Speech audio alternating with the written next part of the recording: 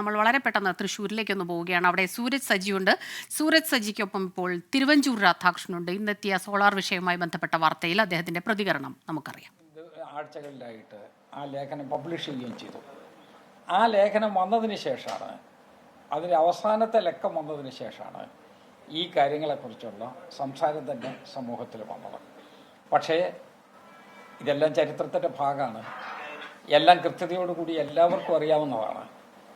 അന്ന് അസാധാരണമായ ഒരു സമരം കേരളത്തിലെ ഇടതുപക്ഷ ജനാധിപത്യ മുന്നണി, പ്രത്യേകിച്ച് മാർക്സിസ്റ്റ് പാർട്ടി നേതൃത്വം കൊടുത്ത് നടത്താൻ തീരുമാനിച്ചു. അവരുടെ ആവശ്യം മുഖ്യമന്ത്രി രാജിവെക്കുക എന്നുള്ളതായിരുന്നു. ഒരു ഗവൺമെന്റിനെ സംബന്ധിച്ച്, ഒരു മുന്നണിയെ സംബന്ധിച്ച് ഒരിക്കലും അത് അംഗീകരിക്കാനേ കഴിയില്ല. അവർ പ്രഖ്യാപിച്ച് രാജിവെപ്പിച്ചേ വരൂ എന്ന് പ്രഖ്യാപിച്ചുകൊണ്ടൊരു സമരം ആരംഭിച്ച് അവർ നേരെ സമരമായിട്ട് വരികയാണ്. അപ്പോൾ സ്വാഭാവികമായിട്ടും അതിൻ്റെ മറുവശം ഞങ്ങൾ നോക്കും. കാരണം ഗവൺമെന്റ് നയിക്കുന്ന ആളുകളുടെ ഉത്തരവാദിത്തമാണ് അത്. അതിനുവേണ്ടിയുള്ള നടപടികൾ ഞങ്ങൾ എടുത്തു. തിരുവനന്തപുരം പട്ടണത്തിൽ താങ്ങാൻ കഴിയാത്ത വിധത്തിലുള്ള ജനപ്രവാഹം ഉണ്ടാക്കും എന്നുള്ളതായിരുന്നു അവരുടെ ഒരു പ്രഖ്യാപനം. ഞങ്ങളും സാധാരണഗതിയിൽ അതുപോലൊരു സിറ്റുവേഷൻ വന്നാൽ ചെയ്യേണ്ട ചില നടപടികളെ കുറിച്ചെടുത്തു. സെക്രട്ടേറിയറ്റിനകത്ത് മന്ത്രിമാരെ കയറ്റില്ല, മുഖ്യമന്ത്രിക്ക് അവിടെ എത്താൻ കഴിയില്ല, അതിനോടൊപ്പം തന്നെ അവിടെ ക്യാബിനറ്റ് കൂടാൻ സമ്മതിക്കില്ല. ഇതൊക്കെ ഒരു പിടിവാശി പോലെ നടത്തിയതാണ്. അങ്ങനെയൊക്കെ നടത്താൻ പറ്റുമോ? ഇപ്പോൾ 8 വർഷമായി ശ്രീ പിണറായി വിജയന്റെ നേതൃത്വത്തിലുള്ള ഗവൺമെന്റ് അധികാരത്തിലിരിക്കുകയാണ്. ഏതെങ്കിലും ഒരു പ്രാവശ്യമെങ്കിലും ഒരു തവണയെങ്കിലും മുഖ്യമന്ത്രിയെ കയറ്റുകയില്ല, ഞങ്ങൾ ക്യാബിനറ്റ് കൂടാൻ സമ്മതിക്കില്ല എന്ന് പറഞ്ഞാൽ കേരളത്തിലെ ഏതെങ്കിലും ഒരു കക്ഷി, പ്രത്യേകിച്ച് പ്രതിപക്ഷത്തുള്ള രാഷ്ട്രീയ പാർട്ടി, ഇതുപോലുള്ള നടപടികളൊക്കെ വന്നിട്ടുണ്ടോ? അപ്പോൾ അസാധാരണമായ ഒരു സമരത്തിന് വേണ്ടി അവർ തയ്യാറെടുപ്പ് നടത്തിയപ്പോൾ ആ തയ്യാറെടുപ്പിന്റെ മുന്നോടിയായി ഞങ്ങൾ കണ്ടിട്ടുള്ളത് ഇവർക്കെല്ലാം യാത്രയയപ്പ് കൊടുക്കുകയാണ്. കേരളത്തിന്റെ വിവിധ പ്രദേശങ്ങളിൽ നിന്ന് അവിടെ പോകുന്ന സമരസഖാക്കളുടെ വോളണ്ടിയേഴ്സ്, അവർക്കെല്ലാം രക്തഹാരം ഇട്ട് അവരെയെല്ലാം പ്രിപ്പയർ ചെയ്യിപ്പിച്ച് അവരെ ട്രെയിനിൽ കയറ്റി നേരെ തിരുവനന്തപുരത്ത് വിടുകയാണ്. തിരുവനന്തപുരത്ത് വന്നിട്ട് മുഖ്യമന്ത്രി രാജിവെപ്പിച്ചിട്ടേ മടങ്ങി വരുള്ളൂ എന്നുള്ളതായിരുന്നു അവരുടെ തീരുമാനം.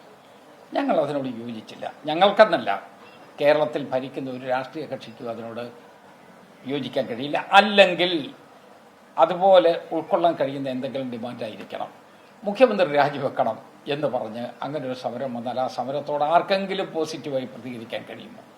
അതുകൊണ്ട് ഞങ്ങൾ ചെയ്യേണ്ട നടപടികളൊക്കെ എടുത്തു. ഞങ്ങൾ അതുമായിട്ട് മുന്നോട്ട് പോയി.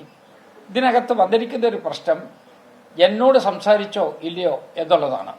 സ്വാഭാവികമായിട്ടൊരു സമരം തീർക്കുന്നതിന് വേണ്ടി അവരുടെ ഭാഗത്തുനിന്ന് ആഗ്രഹം ഉണ്ടായതായി ഒരു തോന്നൽ ഞങ്ങൾക്കും ഉണ്ടായിട്ടുണ്ട്.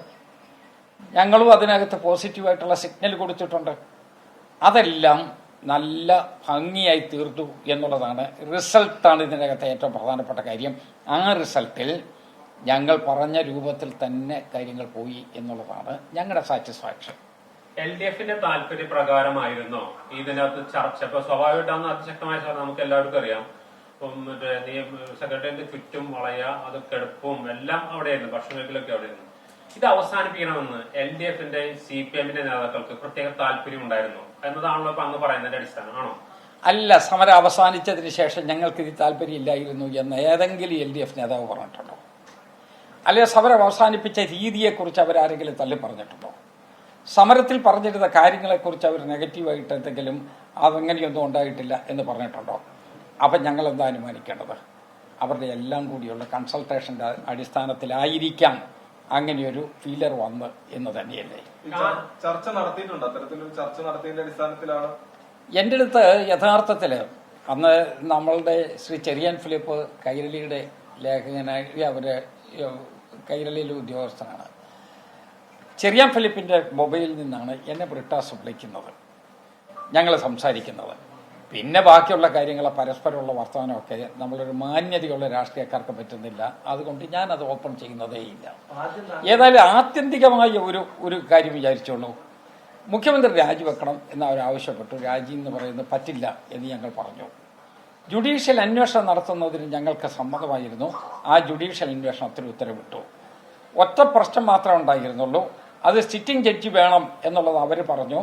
പക്ഷേ ഹൈക്കോടതി സമ്മതിക്കുമെങ്കിൽ എന്നൊരു പ്രൊവൈസോ ഞങ്ങൾ വെച്ചു. ഹൈക്കോടതി സമ്മതിക്കാതെ വന്നപ്പോൾ റിട്ടയർഡ് സിറ്റിംഗ് ജഡ്ജിയെ കൊണ്ട് അന്വേഷണം നടത്തി. പാർട്ടി സെക്രട്ടറി ആയിരുന്ന പിണറായി വിജയന്റെ അറിവോടുകൂടിയായിരുന്നു ഇത്തരം ചർച്ചകളൊക്കെ നടന്നിരുന്നത്. ഇല്ല, ഞാൻ അങ്ങനെയൊന്നും പറയുന്നില്ലല്ലോ. പക്ഷെ ഇതിനകത്ത് ആരും നെഗറ്റീവായി പറഞ്ഞിട്ടില്ലല്ലോ. അല്ല, അവരുടെയും കൂടി താല്പര്യമായിരുന്നില്ലേ? സമരം തീർന്നതിന് ശേഷം ഏതെങ്കിലും ഒരാള് ഇങ്ങനെയൊന്നും നടന്നിട്ടില്ല എന്ന് പറഞ്ഞിട്ടുണ്ടോ? ജോൺ മുണ്ടക്കൈ എഴുതുന്ന ലേഖനം എഴുതുന്നത് വരെ ഇതൊരു കോൺട്രവേഴ്സി പോലും അല്ലല്ലോ. ആരും അങ്ങനെ ഒരു നെഗറ്റീവായിട്ട് പറഞ്ഞിട്ടില്ലല്ലോ. ഒരു സമരം ഉരുണ്ടുകൂടി സ്വാഭാവികമായിട്ട് സമരം സോൾവ് ചെയ്യുന്നതിന് വേണ്ടി സ്മൂത്തായിട്ട് ഒരു നടപടി എടുക്കണം എന്ന് ഗവൺമെന്റിന് തോന്നി. ഗവൺമെന്റ് ആ രൂപത്തിൽ മുന്നോട്ട് പോയി. ഞങ്ങൾ പറഞ്ഞ ഫലപ്രാപ്തിയിലെത്തുകയും ചെയ്തു. അതുകൊണ്ട് അവർക്ക് സമരം നടത്താമെന്ന ആളുകൾക്കും സന്തോഷമായി കാണുമെന്നുള്ളതാണ് എൻ്റെ ചർച്ച. എല്ലാവരും ഒക്കെ ആയിട്ട് നടത്തിയിട്ടുണ്ട്. ഞാനതൊന്നും പറയുന്നത് ശരിയല്ല. നമ്മളിപ്പോ നേതാക്കന്മാരെ തേജോവധം ചെയ്യുകയോ നേതാക്കന്മാരെ തേജോവധം ചെയ്യുകയോ അവരെ അല്ലെങ്കിൽ ചെറുതാക്കി ജനമധ്യത്തിൽ എത്തിക്കുകയോ ചെയ്യുന്ന ഒരു ഉത്തരവാദിത്തമുള്ള ഒരാളല്ലല്ലോ ഞാനത് ചെയ്യില്ല. ഞാനും പൊതുപ്രവർത്തകനാണ്. ഞാനൊരാളുടെ യശസ്സിടിക്കുന്നതിന് വേണ്ടിയുള്ള നടപടി എടുക്കുകയില്ല. പക്ഷേ ഒരു ഇഷ്യൂ ഉണ്ടായി. ആ ഇഷ്യൂ ഉണ്ടാകുമ്പോൾ ആ ഇഷ്യൂ സോൾവ് ചെയ്യണമെന്ന് സ്വാഭാവികമായിട്ട് ഐക്യജനാധിപത്യ മുന്നണിക്ക് തോന്നി, മുഖ്യമന്ത്രിക്ക് തോന്നി. ഞങ്ങൾ അതിനനുസരിച്ചുള്ള കൂട്ടായ യത്നം നടത്തി. ആ യത്നം സക്സസ്ഫുൾ ആയി. ഈ സമരം അവസാനിക്കേണ്ടത് അടിസ്ഥാനപരമായി തുടങ്ങിയവരുടെ താല്പര്യമായിരുന്നു പെട്ടെന്ന് അവസാനിപ്പിക്കേണ്ടത്, അതോ സമരത്തിന് ഇപ്പുറത്ത് നിൽക്കുന്ന ആളുകൾ താല്പര്യമായിരുന്നു ഇതിന്റെ അടിസ്ഥാനം? ഞാൻ പറഞ്ഞല്ലോ, എല്ലാം തീർന്നു. ഒരു വ്യാഴവട്ടത്തോട് അടുക്കാറായി. ഇനിയിപ്പം നമ്മളതിനകത്ത് കുത്തിപ്പൊക്കിക്കൊണ്ടുവന്ന് പഴയ പ്രമുഖന്മാരെ, അവരെ ഇന്ന് വളരെ വളരെ പ്രമുഖന്മാരായി നിൽക്കുന്ന ആളുകളാണ്, അവരെ അധിക്ഷേപിക്കാനുള്ളൊരു നടപടിയായി ഞാനത് പറയുന്നത് ശരിയല്ല. എന്താണ് എന്റെ പേരെന്താ? എന്ത് കാര്യത്തിൽ ഒത്തുതീർപ്പ്? അല്ല, സമരം അവസാനിപ്പിക്കാൻ ഞാൻ ചെയ്യാൻ ബാധ്യസ്ഥനല്ലേ. സമരം അവസാനിപ്പിക്കാനായിട്ട് നടപടി എടുക്കേണ്ടത് എന്റെ ഉത്തരവാദിത്തങ്ങൾ. അതുകൊണ്ട് അതിനു വേണ്ടിയുള്ള നടപടികൾ എടുത്തിട്ടുണ്ട്. ആ നടപടി ഏകപക്ഷീയമായി എടുത്ത കാര്യം തീരത്തുമില്ലല്ലോ. അതിനോട് റെസ്പോണ്ട് ചെയ്യുകയോ അല്ലെങ്കിൽ അതിനുവേണ്ടി ഇനിഷ്യേറ്റീവ് അപ്പുറത്തുണ്ടാവുകയോ ചെയ്തത് കൊണ്ടാണല്ലോ എനിക്ക് ഇടപെടാനുള്ള ചാൻസ് എങ്കിലും കിട്ടുന്നു. എന്തോ ഞാൻ ഒരു കാര്യം ഞാൻ പറയാം. ഞാൻ ഫസ്റ്റ് കോളിന്റെ പ്രശ്നം ഇല്ലല്ലോ. ഞാൻ ചോദിച്ച ഫസ്റ്റ് കോൾ എന്ന് നമ്മൾ പറയുന്നത് ഇഷ്യൂ തീർന്നോ? അങ്ങനെയല്ല. ഇതിനകത്ത് ഒരു കാര്യം ഉറപ്പാണ്. ശാന്തമായി നിന്നൊരു സ്ഥലം, ഇവിടെ ഒരു ചെറിയൊരു കാറ്റ് അങ്ങോട്ട് വരുമ്പോൾ അവിടെ ഇലാടുക. ഈ ചെറിയ കാറ്റ് അത് എവിടെ നിന്നാണ് ആദ്യം വന്നത്? ഏതായാലും ഗവൺമെന്റിന്റെ ഭാഗത്ത് ഞങ്ങൾക്ക് ഇവിടെ ചാർട്ടർ ഓഫ് ഡിമാൻഡ് അവർ എഴുതി തന്നിട്ടില്ലേ? തന്നു. ഒരു പച്ച മഷിയുള്ള പെന്നുകൊണ്ടാണ് ആ ചാർട്ടർ ഓഫ് ഡിമാൻഡ് എഴുതിയിട്ടുള്ളത്. അതെല്ലാം ഞങ്ങളുടെ കയ്യിലുണ്ട്. ആ ചാർട്ടർ ഓഫ് ഡിമാൻഡിന്റെ ഇതിൽ പറഞ്ഞിട്ടുള്ള കാര്യങ്ങളാണ് അവരുടെ കാര്യങ്ങളെന്ന് പറഞ്ഞു. അതിനുശേഷം ആ ചാർട്ടർ ഓഫ് ഡിമാൻഡിനെ കുറിച്ച് ചർച്ച ചെയ്യാൻ അങ്ങോട്ടും ഇങ്ങോട്ടും ഡിസ്കസ് ചെയ്തിട്ടുണ്ട്. ആ ഡിസ്കഷന്റെ അടിസ്ഥാനത്തിൽ ഞങ്ങൾ അവസാനം ഒരു തീരുമാനത്തിലും എത്തിയിട്ടുണ്ട്. അപ്പോഴേക്ക് സമരം വന്ന് പൊട്ടിപ്പുറപ്പെട്ടു. സമരം വന്നുപെട്ടത് എന്താ?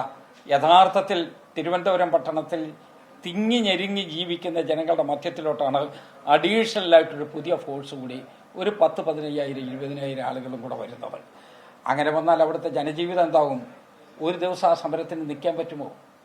ആ സമരം അങ്ങനെ മുന്നോട്ട് കൊണ്ടുപോകണമെങ്കിൽ അവർക്കുണ്ടാകാൻ സാധ്യതയുള്ള എന്തെല്ലാം വിഷമങ്ങളുണ്ട് എന്നുള്ളത് ഞാൻ പറയേണ്ട കാര്യമില്ലല്ലോ. അപ്പോൾ അതുകൊണ്ട് ആ സമരം തീർക്കുക എന്നുള്ളത് അവരുടെയും സമരത്തെ ഇവിടെ ഗവൺമെന്റിന്റെ തലപ്പത്തിരിക്കുന്ന ആളുകൾ എന്നുള്ള നിലയിൽ മുഖ്യമന്ത്രിയും അദ്ദേഹത്തോടൊപ്പം നിൽക്കുന്ന ശ്രീ കുഞ്ഞാലിക്കുട്ടിയടക്കം ഞാനടക്കം ഞങ്ങളുടെ എല്ലാവരുടെയും ഒരു പൊതു താല്പര്യമായിരുന്നു. അതൊക്കെ ശരിയാണ്. അത് ശരിയാണ്.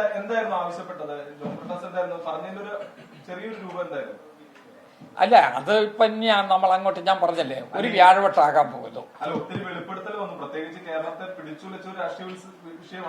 ആണല്ലോ. ഞാൻ കൊടുങ്കാറ്റ് പോലെ വന്നു, അവസാനം മന്ദമാരുതനായിട്ട് പോയില്ലേ. അതിനുള്ള ക്രെഡിറ്റ് ഞങ്ങൾക്ക് തന്നെ. അത് കോൺഗ്രസിന്റെ ക്രെഡിറ്റ് ആണ്, UDFന്റെ ക്രെഡിറ്റ് ആണ് സമരം തീർത്തത്. എങ്ങനെയാ ആ സമരം തീർത്തത്? കോൺഗ്രസിന്റെയും UDFന്റെയും ക്രെഡിറ്റ് ആണ്. ഞാൻ ക്രെഡിറ്റ് എന്ന് പറയുന്നില്ല. സമരം ചെയ്ത ആളുകൾ സമരത്തിന് അവർ മുന്നോട്ട് വന്നു. ഞങ്ങൾ തൃപ്തികരമായ രൂപത്തിൽ റെസ്പോണ്ട് ചെയ്തു. ഞാൻ പറയുന്ന അർത്ഥം കേട്ടോണം. റെസ്പോണ്ട് ചെയ്തു, സമരം അവസാനിച്ചു. UDF കൊണ്ടുവന്ന സ്ട്രാറ്റജിയില് LDF വീണു എന്നൊന്നും ഞാൻ പറയില്ല. കാരണം അവരൊരു പൊളിറ്റിക്കൽ പാർട്ടിയല്ല, ഒരു മേജർ രാഷ്ട്രീയ കക്ഷി. ഞങ്ങൾ ഉണ്ടാക്കുന്ന വെട്ടിനകത്ത് അവർ വീണു എന്ന് ഞാൻ പറയുന്നത് ശരിയാണോ? അതല്ല. അവർക്ക് അവരുടേതായ നിലപാട്. കാരണം ആ സമരവുമായിട്ട് മുന്നോട്ട് പോകാൻ അവർക്ക് ബുദ്ധിമുട്ടുണ്ടെന്ന് അവർക്ക് തന്നെ അറിയാം. അതായത് അവർക്ക് കാരണം ആർട്ടിഫിഷ്യലായിട്ട് ഒരു 10,000, 20,000, 20,000 ആളുകൾക്ക് അവർക്ക് എന്താ പ്രാഥമിക കർമ്മം നിറവേറ്റാനുള്ള സൗകര്യം പോലും ഉണ്ടാക്കി കൊടുക്കാൻ പറ്റുമോ?